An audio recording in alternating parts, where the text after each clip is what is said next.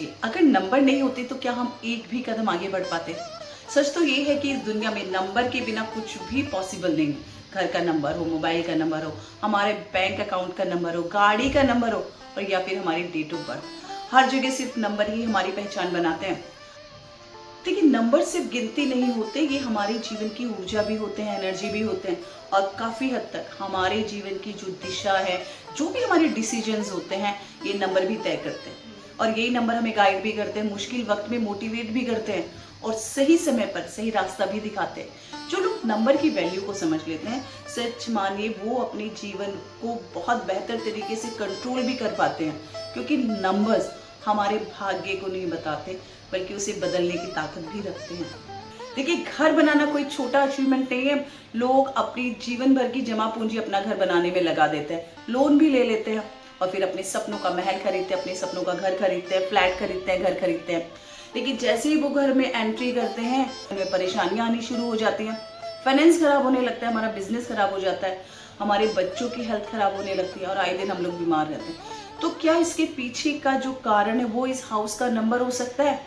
देखिए, आज हम न्यूमरोलॉजी में इसी चीज को समझने की कोशिश करेंगे कि क्या किसी घर का नंबर वो हमें परेशानी दे सकता है। तो इसका जवाब है जी हाँ, बिल्कुल दे सकता है।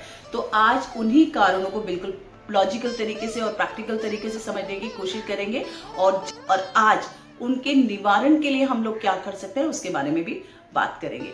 देख, तो जब हम घर बना रहे हैं तो क्यों ना हम पहले से ही जान ले कि उस घर का नंबर क्या मुझे सूट करेगा, जो उस घर को खरीदने वाला है। तो चलिए कुछ वैल्यू को ऐड करते हुए आज इस वीडियो को शुरू करते हैं। तो चलिए घर के नंबरों के रहस्य से पर्दा उठाते हुए शुरू करते हैं।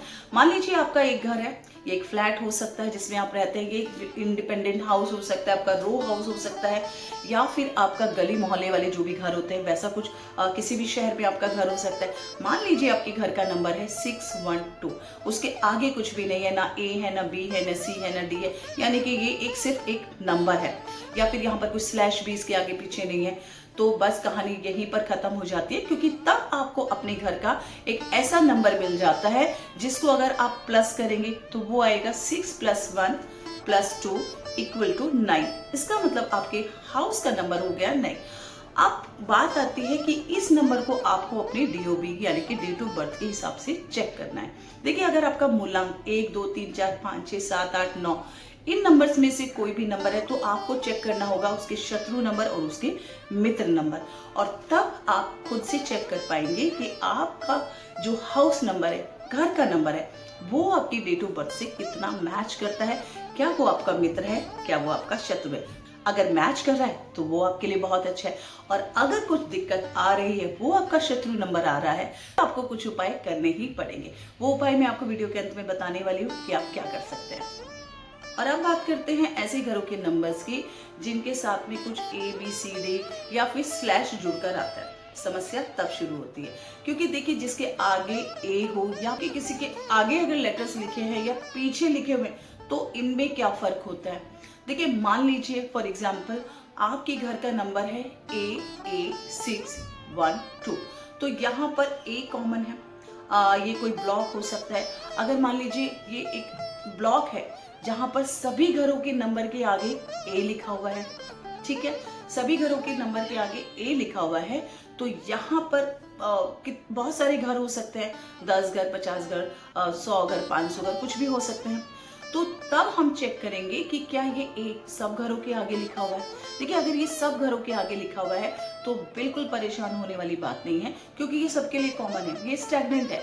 लेकिन आपको क्या चेक करना है कि जो आपका हाउस नंबर है, अगर वो 612 है, तो उसके आगे वाले घर अगर 613 है, 614 है, इसका मतलब ये नंबर रनिंग है, ये नंबर चल रहा है। तो जब हम ऐसे नंबर्स को देखते हैं तो तब फिर से हमें देखना पड़ेगा कि हमारे हाउस का नंबर क्या आता है, क्योंकि A आ रहा है, क्योंकि वो सबके लिए कॉमन है, तो उसको इग्नोर करना होगा।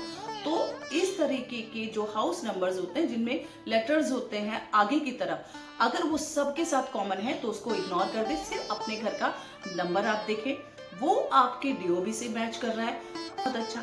नहीं मैच कर रहा है तो फिर से आपको कुछ रेमेडीज करनी ही पड़ेंगी। जैसे आपका ये घर अगर आपको कुछ परेशानी दे रहा है तो वो ठीक कर ली जाए। तो इस तरीके से लॉजिकली आप अपने हाउस का नंबर निकालेंगे। होप आपको समझ आ रहा होगा। और अब स्लैश वाले नंबरों को कैसे समझे, उनको कैसे डिकोड करना है। देखिए, जब हम दिल्ली, मुंबई, चेन्नई जैसे मेट्रोपॉलिटन सिटीज में रहते हैं तो अक्सर हमारे घरों का जो नंबर दिया जाता है वो 26/25 दे दिया जाता है। तो अब सवाल उठता है कि हमारे घर का नंबर क्या है, 26 है या फिर 25। तो ऐसे में आपको क्या करना है, आपको अपने पड़ोसी का नंबर देखना है। जी हाँ, अगला घर कौन सा है, वो 26/26 है। तो आपको समझ में आ जाएगा कि जो यहाँ 26 है वो स्टेगनेंट है, और जो अगला नंबर है 26/25 वो मूव कर रहा है। तो हमने कि जो नंबर मूव कर रहा है वही आपका हाउस नंबर होगा, और उसी के इफेक्ट, उसी की वैल्यू ऐड करके आपको देखनी है। तो जो मूव कर रहा है वही आपका हाउस नंबर होगा, और जो कॉमन है उसकी वैल्यू नहीं होगी, उसका इफेक्ट भी आपके ऊपर नहीं पड़ेगा, क्योंकि वो सबके लिए कॉमन है। यहाँ भी आपको अपने नंबर को अपने डीओबी से मैच करना है। डीओबी अगर मैच हो रहा है, शत्रु नंबर है, मित्र नंबर है, आपको देखना है। अगर कुछ प्रॉब्लम आ रही है तो उसके लिए कुछ रेमेडीज हैं, कुछ उपाय हैं जो आप कर सकते हैं। उसको अपने रहने के लिए एक अच्छा घर बना सकते हैं। उसमें कोई बहुत रॉकेट साइंस नहीं है। देखिए, कभी कभी ऐसा होता है कि कुछ प्रॉपर्टी हमें बहुत सस्ती मिल जाती है, तो हम ऐसे में कुछ 2 प्रॉपर्टी को जोड़ के कुछ प्रॉपर्टी को खरीद लेते हैं। जी हाँ, तो ऐसे घर जहां पर हम 2 प्रॉपर्टी को एक ही प्रॉपर्टी में कन्वर्ट करते हैं, क्योंकि जो पहली प्रॉपर्टी है, मान लीजिए उसका जो नंबर आ रहा है वो 705 आ रहा है, और दूसरी जो प्रॉपर्टी है उसका नंबर आ रहा है 706। तो ऐसे में इनको कंबाइन करके जब हम एक प्रॉपर्टी बनाते हैं तो उसका नंबर हम कैसे निकालेंगे, और वो कैसे निकालेंगे तो देखते हैं। देखिए, ऐसे में अगर 705 आपका 12 आ जाएगा, 706 आपका 13 आ जाएगा। तो अब इस नंबर को हम टोटल करेंगे, और इसका जो नंबर आएगा वही हमारा एक्चुअल नंबर हो जाएगा। अब उस नंबर को हम अपने डीओबी से मैच करेंगे। वहीं फिर से देखेंगे शत्रु नंबर है, मित्र नंबर है। अगर शत्रु नंबर है तो फिर कुछ हमें उपाय करने पड़ेंगे। तो बस इस आसान तरीके से आप अपने घर का नंबर निकाल सकते हैं। और अब आते हैं असली मुद्दे पर कि आपका मूलांक नंबर क्या है और कौन सा घर नंबर आपके लिए शुभ है या अशुभ है। तो घबराने वाली बात नहीं है, क्योंकि आज मैं आपको वो उपाय बताने जा रही हूँ। अगर आप इनको करते हैं तो यकीन मानिए ये घर भी आपके लिए शुभ परिणाम देने लगेगा। वो उपाय क्या है?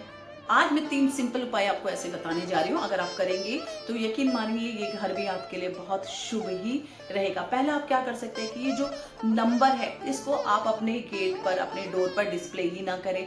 अच्छा सा नाम अपने घर को दे सकते हैं, जैसे शांति कुटीर, या जिस तरीके का नाम भी आपको अच्छा लगता है उस तरीके से आप अपने मेन डोर पर एक ऐसी प्लेट लगा सकते हैं, उसको कुछ नाम दे सकते हैं, स्वीट होम या ऐसा कुछ एक बोर्ड ऐसी कुछ एक प्लेट लगा सकते हैं।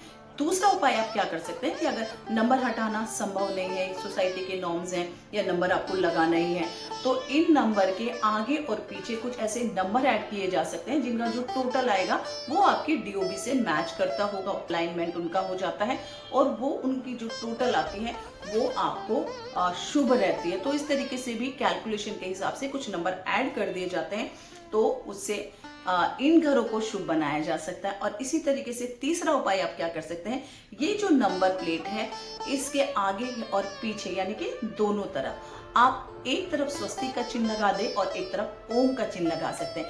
देखिए, जहां ओम और स्वस्तिक आ जाते हैं वहां तो किसी भी प्रकार की नेगेटिविटी प्रवेश कर ही नहीं सकती। तो बस ये 3 छोटे छोटे उपाय इनको आप करें, और यकीन मानिए आपका घर भी आपके सपनों का घर बन जाएगा।